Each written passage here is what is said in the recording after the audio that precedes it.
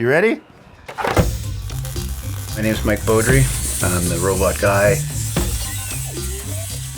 This made my whole life make sense. So we're getting really close, guys. I don't make decisions when I'm building them, it just happens. I thought it was about the art when I started, but it's way more than that. We're good? Okay, let's do this. All right, let's have some fun. Welcome to Mad Mike Studio Shop. To be honest with you, this is like being a kid in here again. I try to get inspiration by putting my favorite movies and toys and stuff. It's about creating a play zone. I usually grab the tin and start sizing up heads. That one's kind of cool. You can go small, you can go big, there's no rules. It actually goes by feeling. Somewhere inside me, I have it all figured out and I just let myself go. It starts with a trip to a vintage store.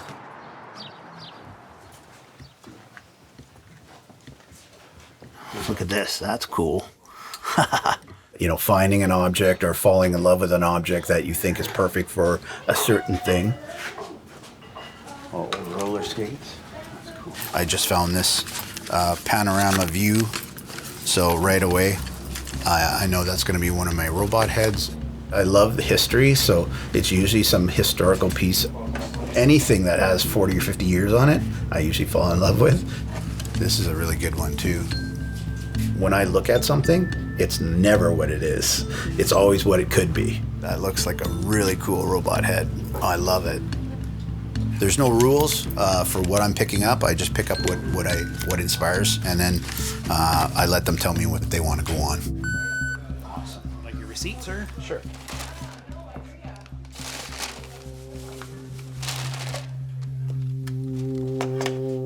I was a auto mechanic for 25 years. I was an industrial mechanic for 15 years. But fixing things didn't make me happy. It was just a job. I knew that that wasn't the final destiny for what I had to do with my life. It started with realizing that I had anxiety, and I went on some anxiety drugs, and I started to slow down and do things that didn't make sense, like play again. I started making art, I started making lamps, and realized that I like doing it. This is kind of the ones that we picked up last week, and this is the one that I thought we were gonna use, and I think we still are gonna use it. I just like it. I can literally grab any rusty piece of junk and say, that's a foot. Now that I did that, I really like this as a foot. I'm not kidding you. So that's what I'm gonna do.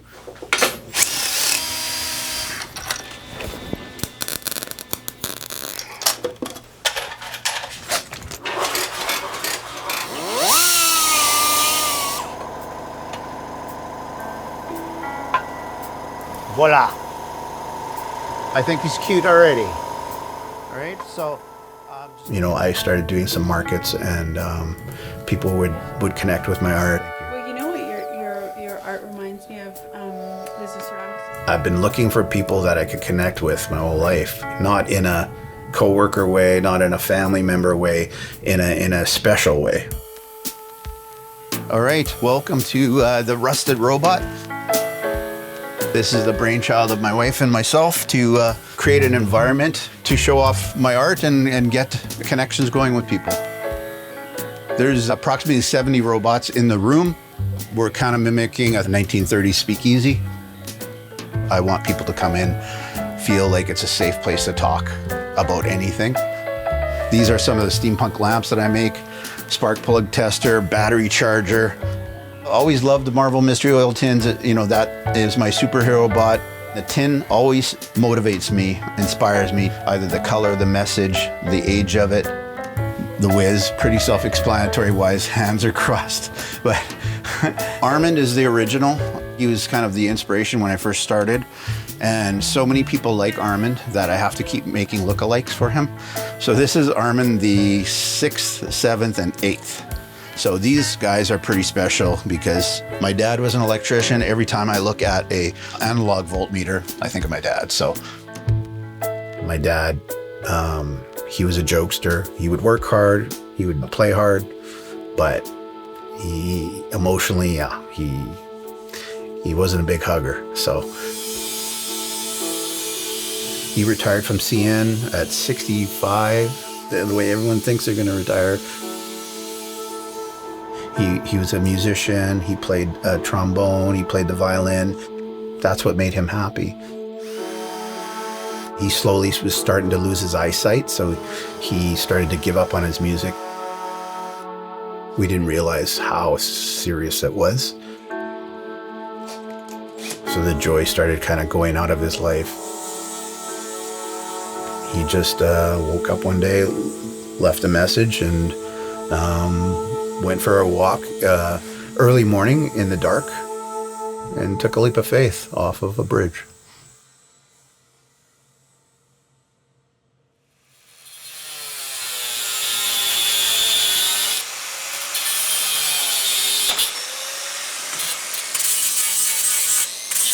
When Dad left, it was okay. Now I have to find out how to be happy. Now I have to figure out what makes me tick. Because there's just no way I was going to ever let my kids think that they had to worry about me doing something like that. I like that. I like this. I like that. And then the other leg, I was thinking,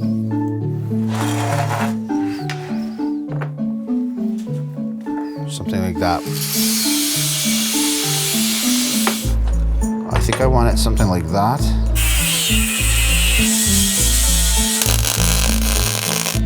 I think that's gonna be the front leg. No, that's still too much. There's an old lifter out of a Honda Civic. To take this and turn it into art, someone's deemed this garbage, and I say, no, it's not garbage. And that is so powerful. Welding. My sculptures represent the fact that you can still take all those scraps that you've thrown away or that people have thrown away, and you can turn it into something that people love. I'm really liking this.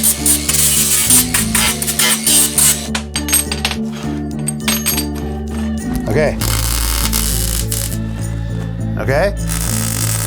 How I envision my sculptures is they build themselves. They're all lying in pieces, right? And they just grab something, put a head on, do this, do that. That's probably gonna be one hand where it's like a pincer. You could spray cinnamon out of here, I don't know. Yeah, that's how I think. It's like, yeah. This would be cool. I like that. I don't think you need it bigger than that. Oh, that's cool. This won't hurt a bit here. We're just gonna. Okay, man, we're getting close. This is getting exciting. And it's a little smaller, right? It is, absolutely, Compact. And the backdrop, like this is a little more lit Yeah. too. I was like, I can't possibly make enough robots to give or share with people. So we thought the prints was another way of being able to market them and just get their images out there. Yeah, and you know where his ponytail hooks Yeah. on his Yeah. other side of you? Can you Up. put it? Yeah, so it's like he's got little ears. Yeah, that makes him a little quirky. Okay. He's a mixed nut, you know? He so. is a mixed nut. Once a robot is shot, they are not for sale. That's so right. I bet you if Mike could get every one of them shot and not have to part with any of them, so my collection he'd be a grows. happy camper. Pretty happy. Oh, wow, what a pose. This is gonna make an amazing print. I'm glad that we're getting this done because we have the Fine Art Fair coming up. I think every major show, we wanna have new product, right? Documenting the sculptures or the robots in your pictures is super important. I don't think that fired. This one? Yeah, hang on, do it again. Oh, yeah, it fired. You didn't look at it. Oh no, it's still going. Sorry. I did look at it. Don't look at it. Yeah, I'm blind. Yeah.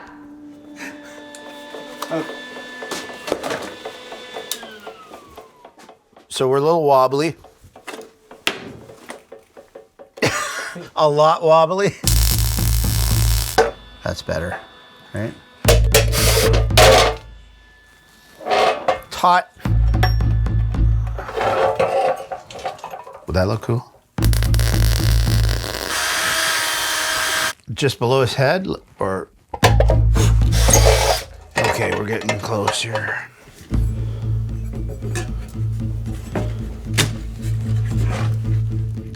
There's Cinnamon. I think he's awesome.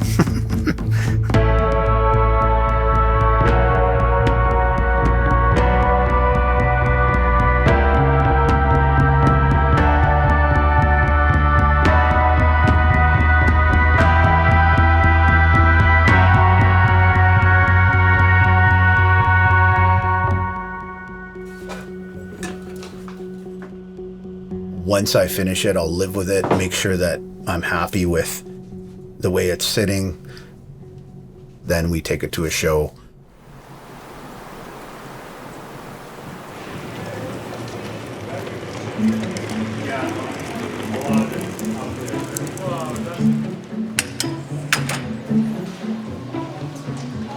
I definitely like being a different style booth.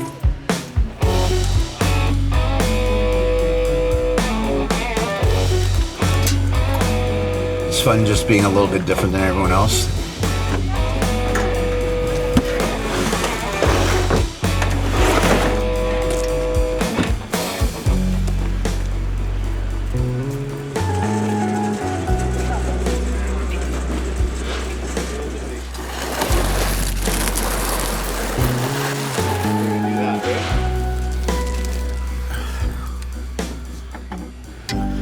You want to go to this side?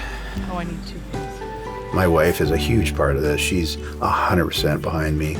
I mean, if I didn't have that support, there's just no way. Hey, I'm my assistant. Oh, yeah, lovely. You're my assistant. Okay. You know, I've always been very supportive of everything that he wants to do. Sometimes he has some pretty harebrained ideas, and it's like, okay, let's go for it. It's high enough? We do work really well together, even when we're renovating stuff in the house or things like that. And we've been together a long time, so we do have a good rapport. Well, yeah. It's been fantastic for Mike for his mental health, and it's a really great hobby that's turning into a bit of a career for him. Here's the man of honor right here. That's the guy, Cinnamon.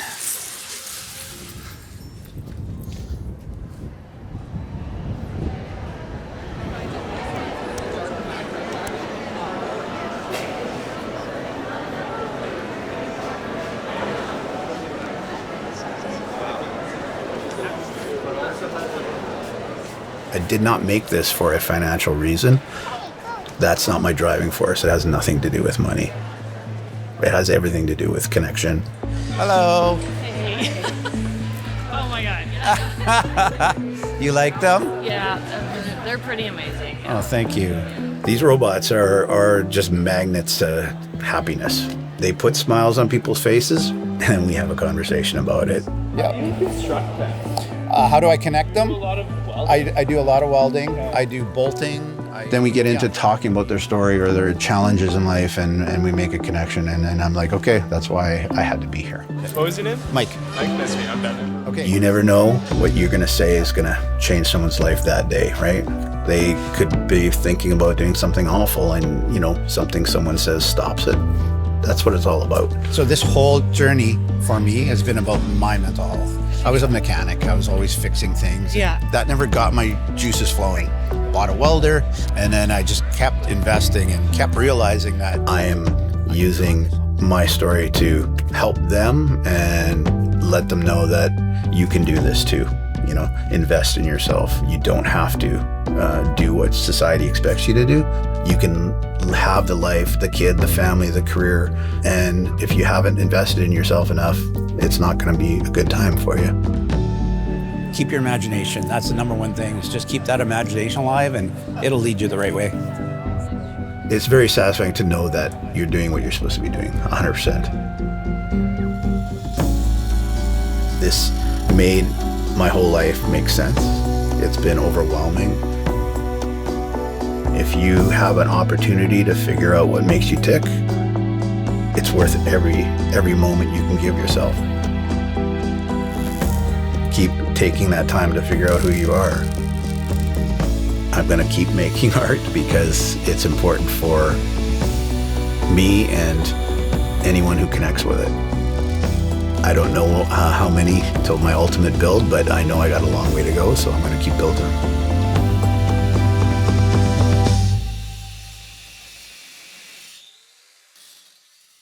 We've been so excited to share this episode with everyone. Learning about Mike's story and being able to help tell it was a real honor. Not only was he so open and easy to work with, he made us their own robot. Like, come on. This was also the first time that all of the music was composed in-house. Adam spent so much extra time doing it, and I really think it brought the whole piece together. Now, we can't wait to share what's to come next, so stay tuned.